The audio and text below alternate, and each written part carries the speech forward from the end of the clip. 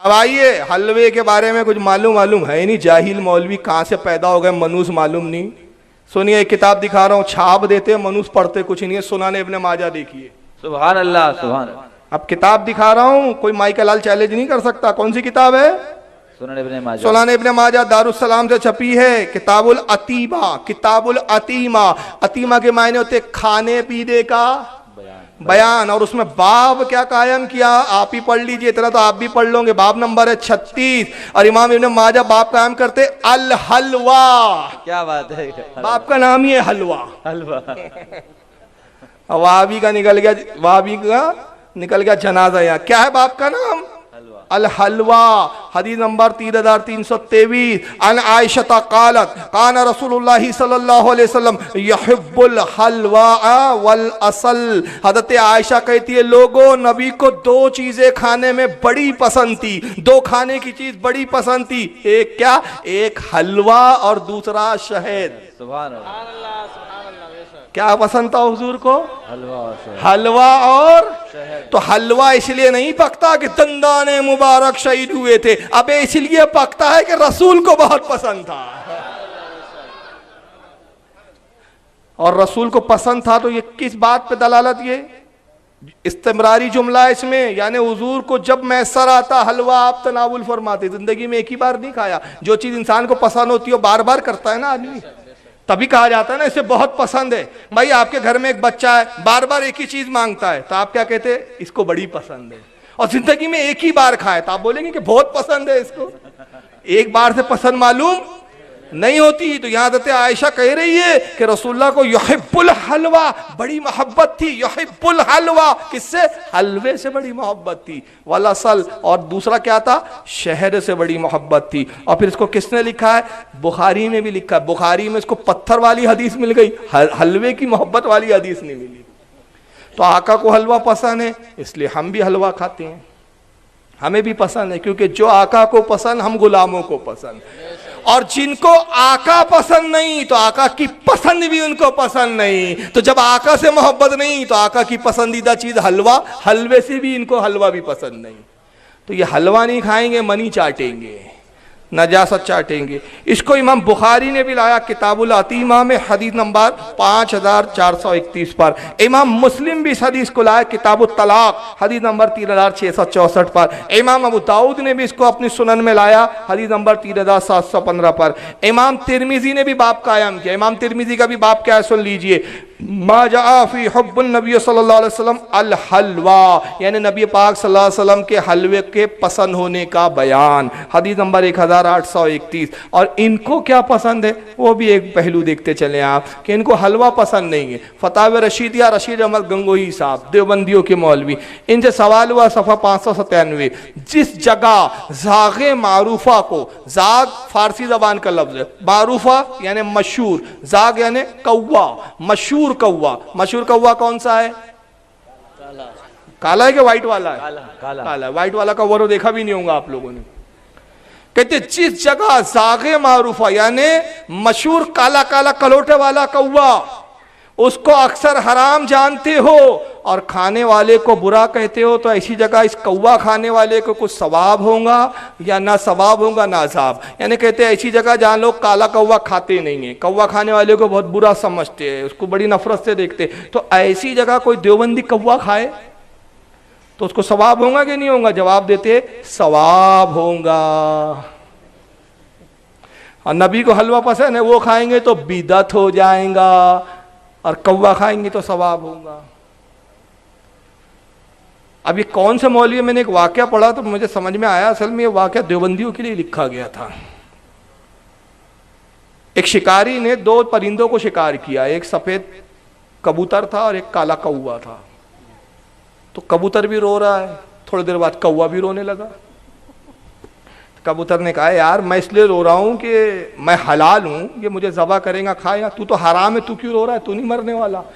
کعبے اگر کسی اور نے پکڑا ہوتا تو میں سوچتا دیکھ نہیں رہا ہے وہابی ملا نے شکار کیا ہے،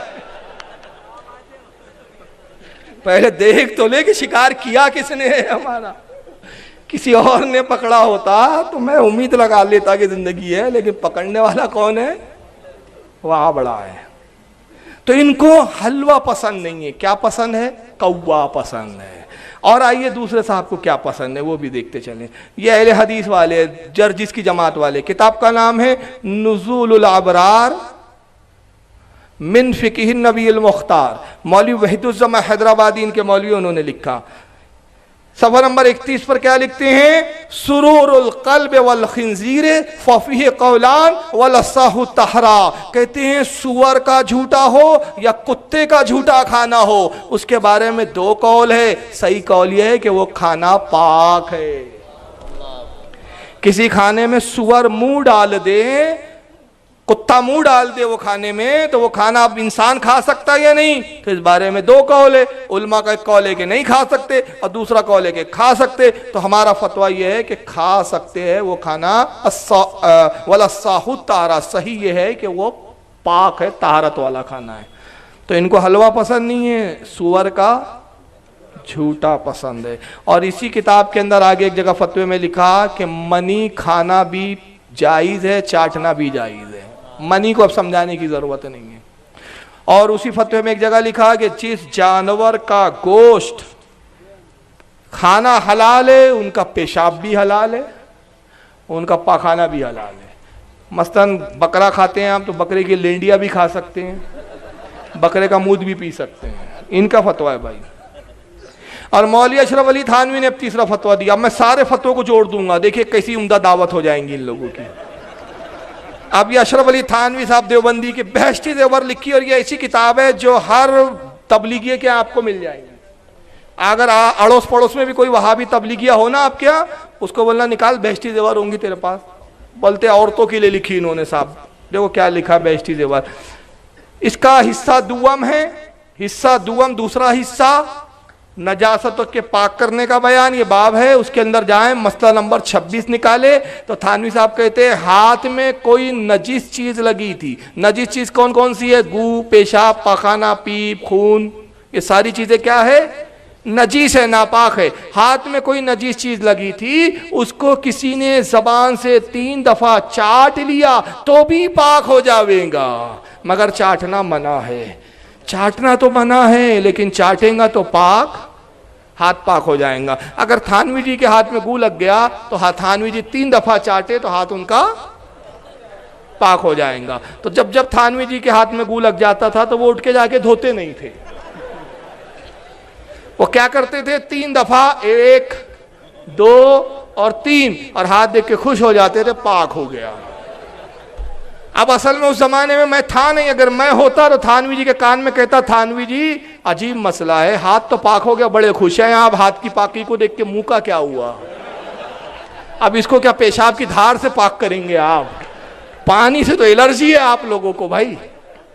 یہ مسئلہ آج تک چھپ رہا ہے. تو اب دیکھیے, اب میں سیدھا سا مسئلہ بتا رہا ہوں, اب کسی کو چھڑنے کی ضرورت نہیں. کل وہابی اب بولے نا 2 دن کے بعد شب برات کا حلوہ کہاں سے آیا, بولنا جہاں سے بھی آیا اللہ نے کہہ دیا سنیوں تم میرے نبی کے غلام ہو, حلوہ تمہیں مبارک, اور یہ میرے نبی کے گستاخ ہے, کوے ان کو مبارک, منی کی چٹنیاں ان کو مبارک, پیشاب کے پیالے ان کو مبارک. تو ایسی دعوت رکھو, سور اور کتے کا جھوٹا کھانا تمہارے سامنے ہو, منی چٹنی کی طرح پر لے لو, تم جو گائے بکرے کے گو گوبر ہے اس کو کھانا بنا لو, منی کو چٹنی کی طرح چاٹ لو, پیشاب کو پانی کی جگہ پی لو, اور کھا پی کے جب فارغ ہو جائے خبردار ہاتھ نہ دھونا, 3 دفعہ ہاتھ چاٹنا, وہ بھی پاک ہو جائے.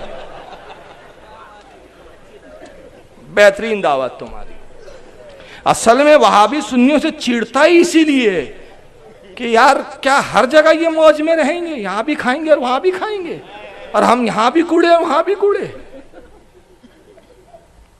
اب معراج ربانی نے کہا تھا, ایک آخری قصہ سنا کے میں اس پہ ختم کر رہا ہوں. میرے پاس تو ایسی فیصلے رہتے بھائی, اب مجھے کسی کی پرواہ نہیں ہے, کوئی میرا گھر تھوڑی چلا رہا ہے بھائی کہ میں سوچوں یار اس کو برا لگ جائے. ہمارا امام نے تو ڈنک کی چوٹ پہ بولا ہے, دشمن احمد پہ شدت کیجئے, ملحدوں کی کیا مروت کیجئے, غیظ میں جل جائے بے دینوں کے دل, یا رسول اللہ کی کثرت کیجئے. ہم تو تکلیف دینے نہیں آئے. تو ابھی کی ہاں تھوڑی سی اگر ہماری تکلیف برداشت نہیں ہو رہی تو وہاں تو اور فرشتے جوتے مارنے والے ہیں. ایک بڑا پیارا شعر ہے, بہت پیارا شعر ہے, ذرا سن لیجئے, درود شریف پڑھیں آپ. اللہم صلی علی سیدنا مولانا محمد عدد ما فی علم اللہ صلاۃم دائمتم بدوام ملک اللہ صلی اللہ تعالی وسلم.